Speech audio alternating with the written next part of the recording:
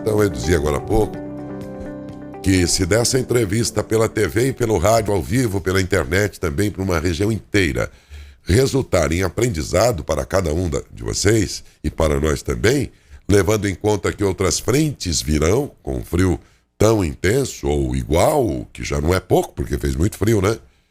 A gente aqui está vendo diariamente, a gente que não é médico percebe, pelo rol de amigos ou amigos que falam, perdi um amigo por infarto, por exemplo, né? Enfim, AVC são consequências aí que, evidentemente, sobre uma pessoa que já está com alguma debilidade coronária ou cardiológica e tudo mais, você imagina que isso não é pouco, uma onda de frio dessa, né? Como fazer para evitar? Como prestar atenção um pouco mais no nosso organismo?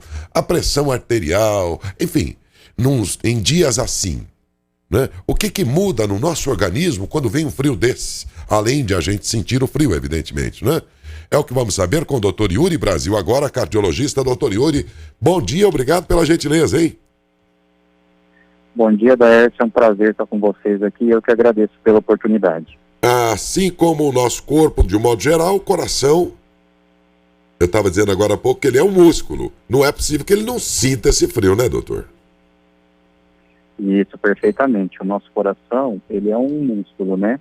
E também eu costumo dizer, fazer a comparação, que o nosso coração, ele é como se fosse um motor. Então ele é composto pela parte mecânica, que são exatamente os músculos, como você comentou, e pela parte elétrica, nós temos uma condução de sistema elétrico no coração também. Sim, e as artérias também devem sentir do mesmo. Dizem que as artérias, o calibre fica um pouco mais apertado em dias de frio, é verdade? Isso, essa afirmação, ela é correta. Então, nos dias de frio, a gente tem um dado interessante, quando as temperaturas externas, elas caem abaixo de 14 graus, os nossos vasos sanguíneos, de todo o organismo, inclusive as coronárias, que são os vasos que irrigam o coração, elas apertam, elas fazem vasoconstricção. E esse fator, né, em pacientes que já têm algum nível de placa de gordura, se o vaso diminuir a luz, ele pode levar a um infarto agudo do miocárdio. Uhum. É aí o que é muito comum, pelo que eu noto nessa época, não é? Exatamente. A gente, até mesmo assim, no nosso dia a dia, no atendimento hospitalar, de consultório, a gente percebe que tem um aumento realmente dos casos de infarto. E AVC também? E AVC também, exatamente. E aí a gente só trocaria o local que o vaso irriga, né? O infarto são as coronárias que irrigam o coração, o AVC são as artérias que irrigam o cérebro. Então o pensamento, né, é o mesmo. É a mesma coisa em lugares diferentes, em artérias diferentes. Perfeitamente. Então agora nós entendemos como é que isso, digamos, traz essa consequência do infarto. Então ele atinge as artérias que abastecem o coração. E o AVC atinge as artérias que sobem pro cérebro. Exatamente. Qual é mais truculenta, qual é mais implacável, vamos dizer assim? Olha, as duas condições, elas podem ser potencialmente graves. A gente tem alguns fatores que podem influir. O local da oclusão, né, qual vaso, existem alguns mais nobres do que outros, mas potencialmente podem ser fatais ou deixar sequela. Na parte do coração pode ficar insuficiência cardíaca, o coração pode ficar mais fraco e debilitado, e na parte do AVC o paciente pode ficar com algumas sequelas motoras, né, diminuição de força ou perda de força do local afetado. Algum sintoma antecedendo ao momento mais grave que a pessoa possa perceber, possa notar ou diagnosticar, doutor? É importante, principalmente agora nesses dias de mais frio, né, aqui no nosso inverno, que o paciente note principalmente os sintomas clássicos, que são dor no peito, falta de ar, palpitações, a sudorese importante, né, quando começa a suar bastante, a palidez cutânea e a perda de consciência. Então, é muito importante que, além da precaução, realizar os exames de rotina, procurar ter um hábito de vida saudável, o paciente também se agasalhe bem. Tente ficar em locais que não tenha muita corrente de ar, de vento, e manter as janelas fechadas, se agasalhar bem, a gente já consegue mitigar a chance de ter um infarto. A pressão arterial muda antes também? Muda esse fato da vasoconstricção, né, que a gente falou, os vasos eles apertam mais, ele pode levar o paciente a ter um aumento da pressão arterial e aumento da frequência cardíaca. Isso pode ser um sinal aí que a pessoa pode tomar como uma atenção, né? Exatamente. A gente tem visto também muitos casos de aumento de pressão, pacientes que já tomavam remédio, não mudaram seu estilo de vida, mas agora, como está fazendo, né, a temperatura caiu, a pressão aumenta. Aumentou. E o batimento cardíaco, antes disso, muda também como um sinal, vamos dizer? Pode mudar, a frequência do coração ela pode ficar um pouco mais alta, mas os pacientes também podem infartar com os batimentos dentro da normalidade. Normalidade? Dentro da normalidade. Doutor, é bom aprender tudo, né? A gente espera que não aconteça, mas se acontecer perto da gente, com alguém da nossa família, alguém que está por perto, o que fazer? A pessoa que percebeu, pode ser um infarto, pode ser um começo de AVC, qual é o comportamento? O que a gente tem que fazer por esta pessoa?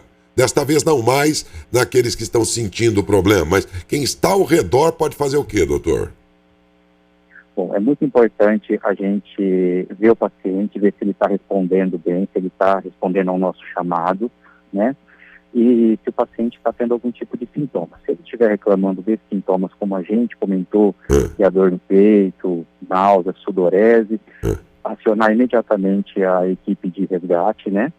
Ou levar o paciente a uma equipe de pronto atendimento para poder passar por uma avaliação médica inicial, realizar um eletrocardiograma, coletar os exames que forem necessários, mas sempre que sentir alguma coisa diferente, procurar o atendimento médico é crucial. E imediatamente, né? Mais rápido imediatamente, possível. Não aguardar. Não esperar, não, o mais rápido possível. Agora, doutor, a gente fala isso como se fosse um mal típico das pessoas de mais idade. E também porque os jovens ainda estão numa idade ali de desafios e tudo mais, se expõem muito mais a essas situações de frio, enfim.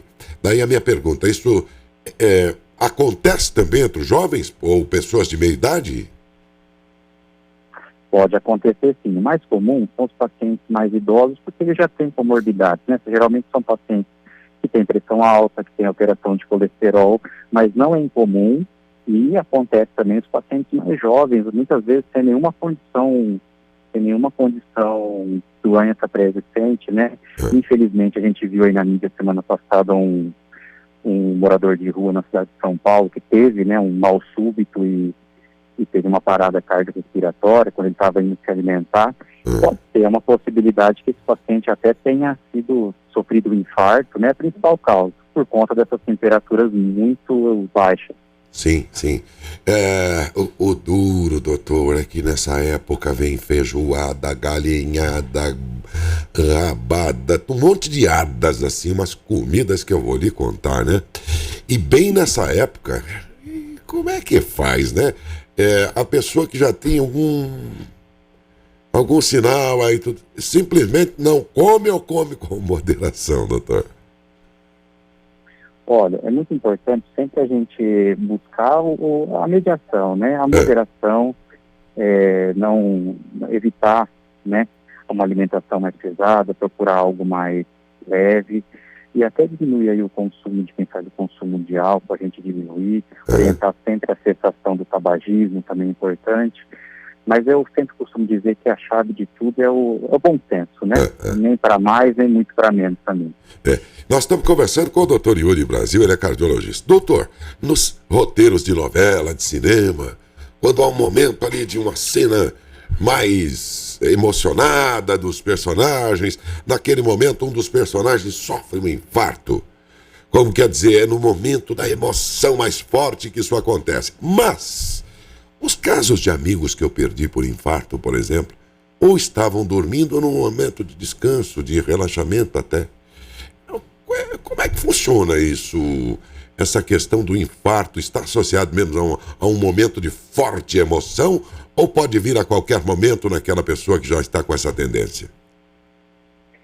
Pode vir a qualquer momento, pode acontecer, mas a gente tem dados na literatura que realmente, quando o paciente ele sofre algum abalo emocional, né, passa por algum estresse principalmente mental, ele tem mais risco de poder acontecer, né, o infarto.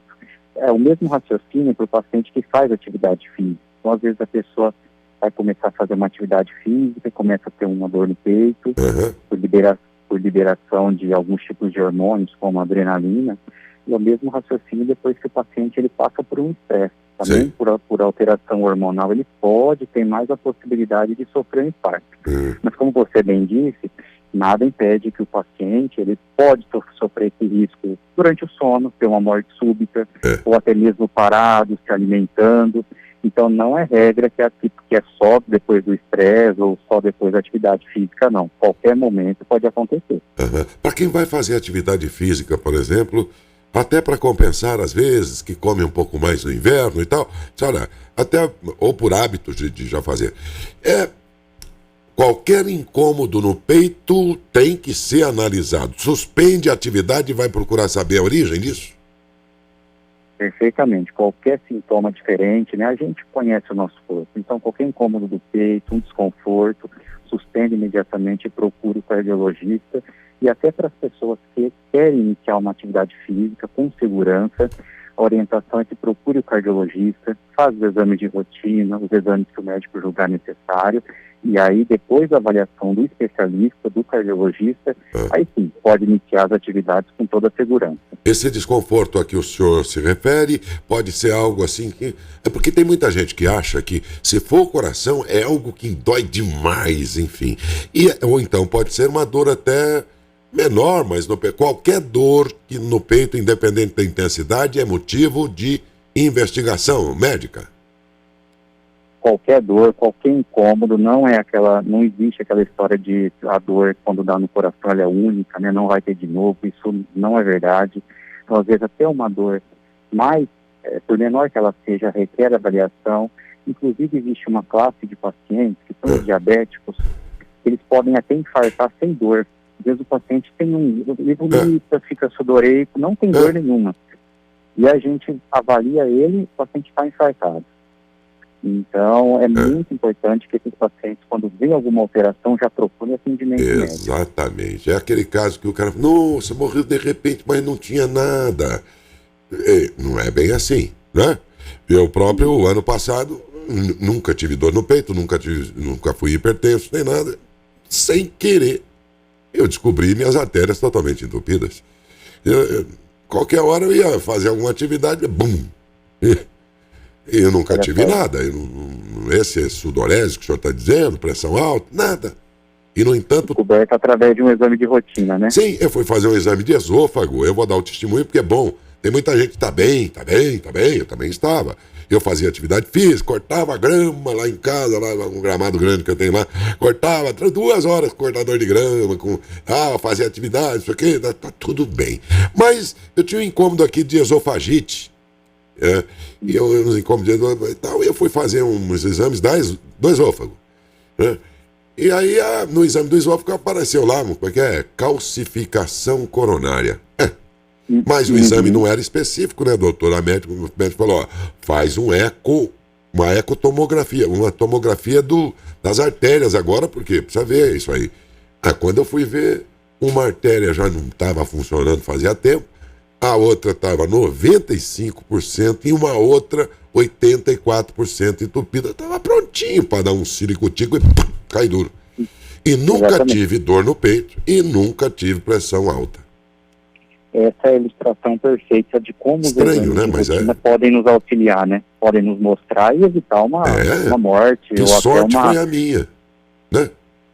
Exatamente. Que sorte que eu tive, porque por outra razão eu fui investigar isso aqui que não me incomodava, veja bem. Gente, não vá pensar, nem tudo que reluz é ouro e nem tudo que balança cai. Então vai investigando aí de vez em quando, mas vai se cuidando, por favor.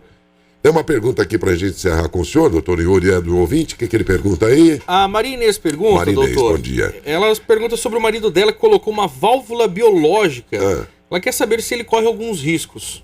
No inverno, né? Isso. Oi, bom dia, Maria Inês. Obrigado pela pergunta. Depende de como foi implantado, né? A válvula, ela, no caso biológica, precisa ver qual a posição, se ela é mitral, aórtica. como foi feito, se for uma cirurgia aberta, mas o implante da válvula por si só, ela não vai, não responde como as artérias no inverno. Ela tem um mecanismo fisiológico e ela não vai fazer com que isso fique mais estreito, não. O funcionamento dela é normal durante qualquer época do ano, né? Então qualquer época do ano, né? Um mecanismo interno, então não tem relação com a questão do frio. Mas é importante que ele prossiga o segmento com o cardiologista dele e sempre realize os exames. E é fantástico esse setor de vocês da cardiologia, né, doutor? Eu, por conta disso, aí passei por vários cateterismos e angioplastias, deu tudo certinho e tudo, mas a cicatriz que ficou em mim, desses procedimentos todos, do implante, dos stents e tudo, nem tem mais aqui no pulso. É fantástico, gente.